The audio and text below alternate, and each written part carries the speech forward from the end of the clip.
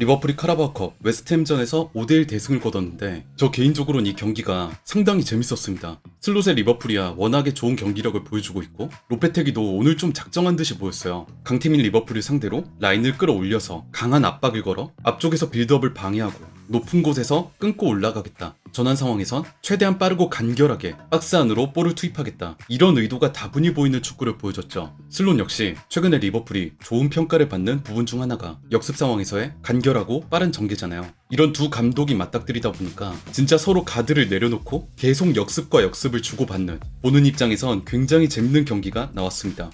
오늘 슬롯이 가져온 선발 라인업은 꽤나 로테이션이 가동된 형태였어요. 왼쪽 치미카스, 환사와 고메즈의 센터백 듀오, 오른쪽 브래들리, 3선에 커티스 존스와 엔도가 섰고 2선에 학포, 조타, 키에사, 최전방 누네스가 선발로 나왔습니다. 전체적으로 로테이션이 가동된 라인업, 특히 후방에 있는 선수들이 자주 선발로 나오지 않는 선수들이라 이들이 어떻게 빌드업을 쌓아갈지가 궁금했는데 슬롯은 이들로도 상당히 다양한 빌드업 패턴들을 구현했습니다. 이번 한 경기 내에서도 여러 패턴들이 나왔는데 우선 양쪽 풀백 치미카스와 브래들리가 높이 전진하고 3선에 있는 커티스 존스가 아래로 떨어져 변형 백스리를 이루는 3일 빌드업 형태, 양쪽 풀백 중 한 명 브래들리만 위로 올라가서 키에사를 서포트하고 치미카스는 후방에 남으면서 마찬가지로 백스리를 이루는 3위 빌드업 형태를 주로 확인할 수 있었습니다. 그런데 이날 상대했던 웨스트햄의 로페테기는 강한 전방 압박과 탈취, 빠른 전환을 추구하는 감독이에요. 그러다 보니까 웨스트햄 선수들의 압박이나 달라붙는 속도가 생각보다 거셌습니다. 저는 여기서 슬롯이 내놓은 해결책이 인상 깊었는데요.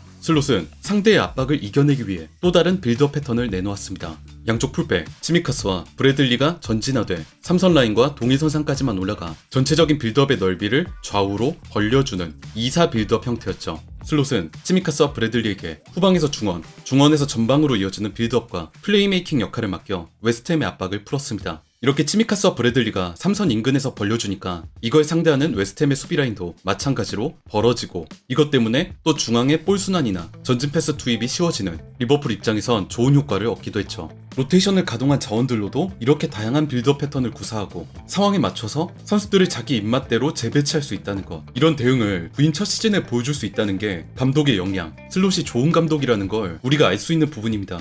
이렇게 여러 패턴으로 후방에서 볼을 풀어 나오면 전방 지역의 주인공은 단연 디오고 조타였습니다. 저는 현대축구에선 크게 두 가지 유형의 선수가 있다고 생각해요. 첫째, 최대한 볼이 있는 근처에 머무는 선수. 우리 팀이 볼을 소유하는 공간에 배치돼서 여러 번 볼을 만지고 순환과 플레이메이킹을 담당하는 선수죠. 둘째, 최대한 볼에서 먼 곳에 있는 선수. 우리가 흔히 얘기하는 아이솔레이션 상황에서 넓은 공간을 차지하고 볼이 왔을 때 개인 능력을 살려 박스 안으로 진입하는 유형입니다. 이날 조타는 첫 번째 유형, 전방 지역 볼이 있는 공간에 항상 관여되는 선수였어요.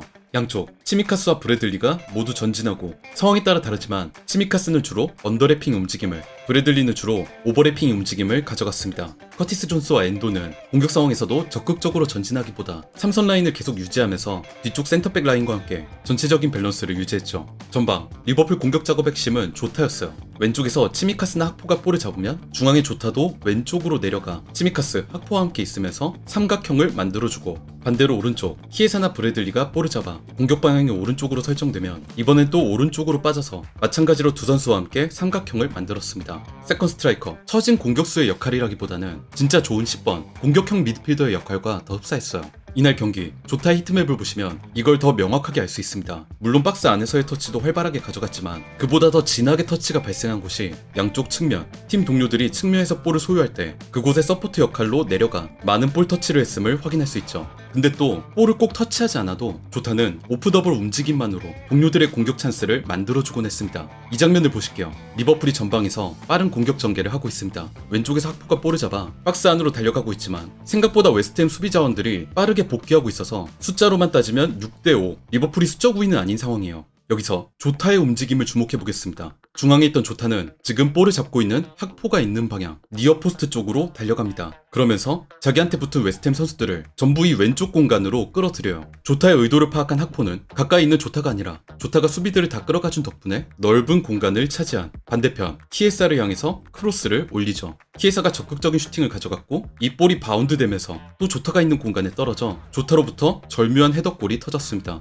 키에사의 다이내믹한 슈팅이 눈에 띄는 장면이긴 했지만 키에사가 이렇게 대범한 슈팅을 할 수 있었던 이유, 그가 반대편에서 넓은 공간을 차지할 수 있었던 이유가 조타가 선수들을 다 왼쪽으로 끌어줬기 때문에, 상대 수비들을 달고 띄워주는 역할을 수행했기 때문에 가능했던 플레이였습니다. 말씀드렸던 것처럼 조타는 왼쪽 오른쪽 중 볼이 있는 공간에 내려가서 위치해줬는데, 그러다 보니까 이런 장면도 나왔죠. 리버풀의 두 번째 골 장면입니다. 커티스 존스가 볼을 잡고 박스 앞으로 전진하면서 리버풀이 왼쪽 방향에서 공격을 전개하고 있습니다. 여기서도 조타는 볼이 있는 공간, 이 왼쪽에 배치되어 있죠. 존스가 박스 앞까지 붙었을 때 학포와 조타가 동시에 라인 브레이킹을 시도합니다. 두 명이 동시에 라인을 부수고 들어가니까 웨스트햄은 그 두 명 중 하나, 조타를 놓치고 말았고, 존스의 패스를 받은 조타로부터 리버풀의 역전골이 터졌죠. 이렇게 양측면으로 자유롭게 움직이면서 팀의 전방 플레이메이킹 관여, 그리고 기회가 났을 때 본인이 직접 침투를 가져가면서 득점을 뽑아내는 움직임, 지금 슬롯 체제에서 조타의 장점이 어떻게 발휘되고 있는지 확인할 수 있는 부분이었습니다. 그리고 다른 선수, 학포 얘기도 안 할 수가 없는데, 사실 이번 카라바오컵 경기는 몇몇 선수들에게 꽤 중요한 의미를 갖는 매치였어요.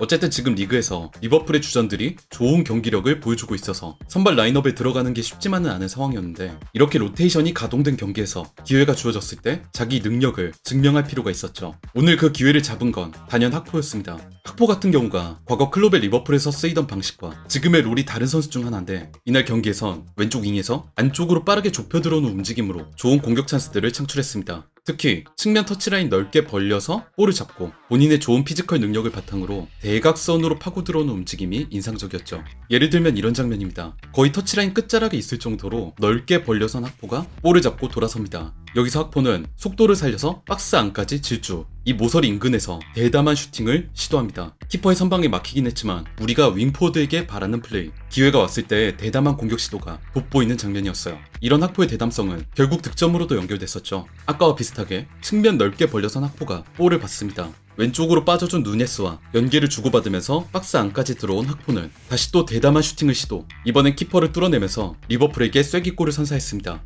경기 종료 직전에도 비슷한 장면이 나왔어요. 왼쪽 박스 모서리 인근에서 볼을 소유한 학포가 뛰어난 개인 능력을 발휘하면서 직접 볼을 몰고 박스 안으로 침투합니다. 이번엔 균형을 잃는 와중에도 골대를 향해 정확한 슈팅을 쏘는데, 이게 상대 수비에 굴절되면서 골문으로 빨려 들어갔고 리버풀의 5번째 득점이 터졌습니다. 직접 볼을 몰고 상대 수비를 지나 박스로 들어가는 대각선 움직임, 그리고 균형을 잃는 와중에도 슈팅을 시도하는 모습이 굉장히 인상적이었죠. 지금 주전인 루이스 디아스가 워낙에 좋은 폼을 보여주고 있어서 슬롯 입장에선 참 행복한 고민을 하고 있을 것 같은데, 확실히 지금 리버풀의 경기력이 심상치 않은 것 같습니다. 저도 그렇고 여러분도 아시겠지만 축구를 볼 때 팀이 잘 되려고 하면 나타나는 현상 중 하나가 주전 선수들 뿐만 아니라 모든 선수들의 포텐이 드러나기 시작한다는 겁니다. 이렇게 로테이션을 대거 가동한 경기에서도 대량 득점을 터뜨릴 수 있다는 것, 또 주전이 아닌 선수들의 장점도 충분히 발휘시킬 수 있다는 것, 이번 경기는 지금 슬롯의 리버풀이 가지고 있는 그 저력을 확실하게 보여준 매치였어요. 아직 시즌 초반이지만 지금 이 수준의 경기력을 계속 유지한다면 저 개인적으론 부임 첫 시즌부터 슬롯이 리버풀 팬들을 기쁘게 할 만한 놀라운 사고를 한번 치지 않을까, 그렇게 기대가 되는 것 같습니다.